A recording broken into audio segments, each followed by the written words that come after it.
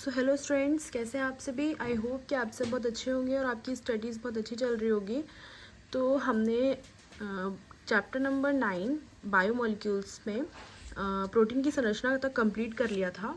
तो इस वीडियो में हम ये वाले एक बहुलक में एककों को जोड़ने वाले बंधों की प्रकृति इस टॉपिक पर बात करेंगे।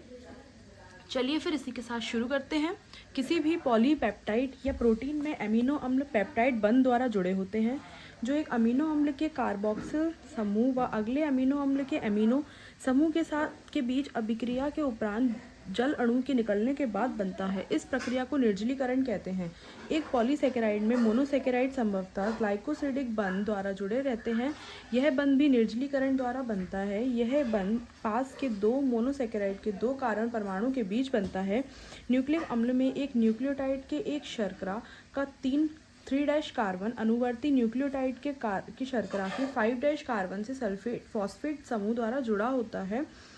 शर्करा के फॉस्फेट व हाइड्रोक्सिल समूह के बीच का बंध एक एस्टर बंध होता है। एस्टर बंध दोनों तरफ मिलता है, अतः इसे फॉस्फोडाइएस्टर बंध कहते हैं। न्यूक्लिक अम्लों में विभिन्न प्रकार की द्वितीयक संरचना मिलती है। उदाहरणार्थ वाटसन क्रिक का प्रसिद्ध नमूना डीएनए की द्वितीयक संरचना को प्रदर्शित करता है। इस नमूने से स्पष्ट है कि डीएनए एक दोहरी कुंडली के रूप में मिलता है। पॉलीन्यूक्लियोटाइड्स की दोनों लड़ियां प्रति समांतर हैं, जो एक दूसरे की विपरीत दिशाओं में होती हैं। इनका मुख्य भाग शर्करा फॉस्फेट शर्करा श्रृंखला से बना होता है। नाइट्रोजन क्षार एक दूसरे की तरफ मुख किए हुए मुख्य भाग पर लगभग लंबवत प्रक्षेपित होते हैं। एक लड़ी के क्षार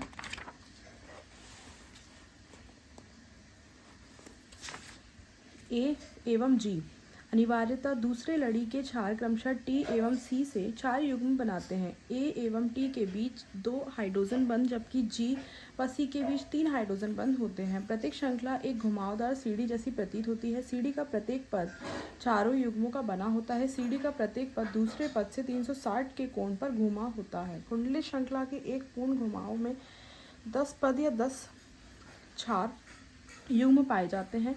इस तरह आप डीएनए का रेखाचित्र बनाने का प्रयास कर सकते हैं। एक पूर्ण घुमाव की लंबाई 34 एंगस्ट्रॉम होता है, जबकि 2 4 युग्मों के बीच खड़ी दूरी 3.4 एंगस्ट्रॉम होती है। उपरोक्त वर्णित विशेषता युक्त डीएनए को बी डीएनए कहते हैं। उच्च कक्षाओं में तुम्हें बताया जाएगा कि 1 दर्जन से भी अधिक प्रकार के डीएनए होते हैं, जिनका नामकरण संरचनात्मक विशेषता के आधार पर अंग्रेजी की वर्णमाला के आधार पर किया गया है। नेक्स्ट टॉपिक, शरीर अवयवों की गतिक अवस्था, उपापचय की संकल्पना। हम लोगों ने अब तक जो अध्ययन किया है उसके अनुसार जीव, चाहे वह साधारण जीवाणु कोशिका हो, प्रोटोजोआ, पौधा या प्राणी हो, ये सभी हजारों कार्बनिक यौगिकों से मिलकर बने होते हैं। ये यौगिक या जैव अणु एक निश्चित सांद्रता में मिलते हैं। इन्हें मोल्स प्रति कोशिका या मोल्स प्रति लीटर आदि के रूप में व्यक्त करते हैं। अध्ययनों से एक जो प्रमुख जानकारी प्राप्त हुई है उसके अनुसार जैव अणुओं में हेरफेर होता रहता है। इससे तात्पर्य है कि ये लगातार दूसरे नए जैव अणुओं में परिवर्तित होते रहते हैं और दूसरे जैव अणुओं से मिलकर बनते रहते हैं। जीवधारियों में यह निर्माण व विखंडन रासायनिक अभिक्रिया द्वारा लगातार होता रहता है। सभी इन रासायनिक अभिक्रियाओं को उपापचय कहते हैं। सभी उपापचयी अभिक्रियाओं द्वारा जैव अणुओं का रूपांतरण होता रहता है। कुछ उपापचयी रूपांतरण के उदाहरण निम्न हैं। अमीनो अम्ल से कार्बन डाइऑक्साइड के निकलने के बाद अमीनो अम्ल का अमीन में बदलना, न्यूक्लियोटाइड क्षार से अमीनो समूह का अलग होना, डाइसेकेराइड में ग्लाइकोसिडिक बंध का जल अपघटन। इस प्रकार 10 से हजारों उदाहरणों की सूची बना सकते हैं। अधिकांशतः इस प्रकार की रासायनिक अभिक्रियाएं अकेले नहीं होती, बल्कि सदैव अन्य दूसरी अभिक्रियाओं से जुड़ी होती हैं। उपापचयों का एक दूसरे में परिवर्तन आपस में जुड़ी हुई अभिक्रियाओं की श्रृंखलाओं से होता है, जिन्हें उपापचयी पथ कहते हैं। ये उपापचयी पथ शहर की कार, मोटर यातायात व्यवस्था जैसी होती है। ये पथ या तो रेखीय या वृत्ताकार होते हैं।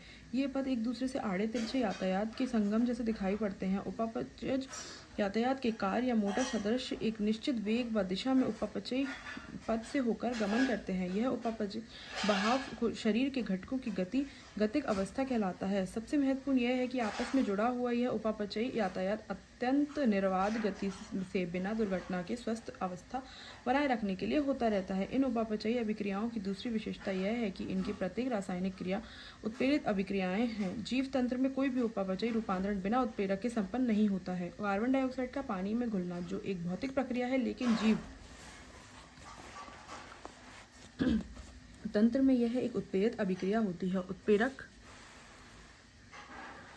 उत्प्रेरक जो किसी उपापचयी रूपांतरण की गति को बढ़ाते हैं वे भी प्रोटीन होते हैं। ये प्रोटीन जिनमें उत्प्रेरण की क्षमता होती है उन्हें एंजाइम कहते हैं। नेक्स्ट टॉपिक, जीव का उपापचयी आधार। उपापचयी पद द्वारा साधारण पदार्थों से जटिल पदार्थ जैसे एसिटिक एसिड से कोलेस्ट्रॉल का बनना व जटिल पदार्थों से सरल पदार्थों जैसे कंकाली पेशियों में ग्लूकोज से लैक्टिक एसिड का निर्माण होता रहता है। पहली प्रकार की प्रक्रिया को जैव संश्लेषण पद या उपचयी पद कहते हैं। दूसरी प्रक्रिया में अपचय विखंडन होता है, इसलिए इसे अपचयी पद कहते हैं।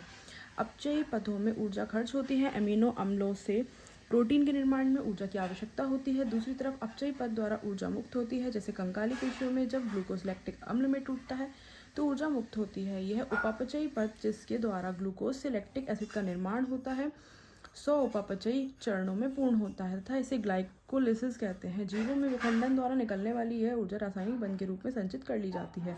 यह बंध ऊर्जा जब और जहां आवश्यक होती है, जैसे जैव संश्लेषण, परासरण व यांत्रिक कार्य किए जाने पर इसका उपयोग किया जाता है। ऊर्जा की मुद्रा का सर्वाधिक महत्वपूर्ण स्वरूप जीव तंत्र में एक रसायन में बंध ऊर्जा के रूप में मिलता है, जिसे एडिनोसिन ट्राइफॉस्फेट ATP कहते हैं। जीव अपनी ऊर्जा कैसे प्राप्त करते हैं, उनमें किस प्रकार की योजना विकसित हुई है, वे इस ऊर्जा को कैसे और किस रूप में संचित करते हैं, इस ऊर्जा को वे कार्य में कैसे बदलते हैं, तुम इन सब चीज़ों के बारे में बाद में उच्च कक्षाओं में एक नई शाखा में अध्ययन करोगे, जिसे जैव ऊर्जा विज्ञान कहते हैं।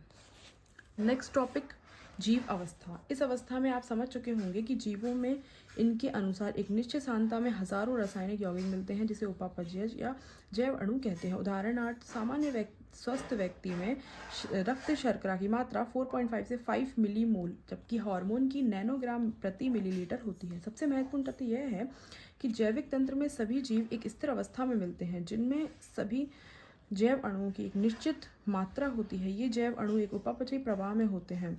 कोई भी रासायनिक या भौतिक प्रक्रिया स्वतः साम्यावस्था को प्राप्त करता है। स्थिर अवस्था एक असाम्यावस्था होती है। भौतिक सिद्धांत के अनुसार कोई भी तंत्र साम्यावस्था में कार्य नहीं कर सकता है। जैसा कि जीव हमेशा कार्य करते हैं, उनमें किसी भी साम्यावस्था की स्थिति नहीं हो सकती है। अतः जीव अवस्था एक असाम्य स्थायी अवस्था होती है, जिससे कार्य संपन्न होता है। जीव प्रक्रिया एक लगातार प्रयास है जिसमें साम्यावस्था से बचा जा सके।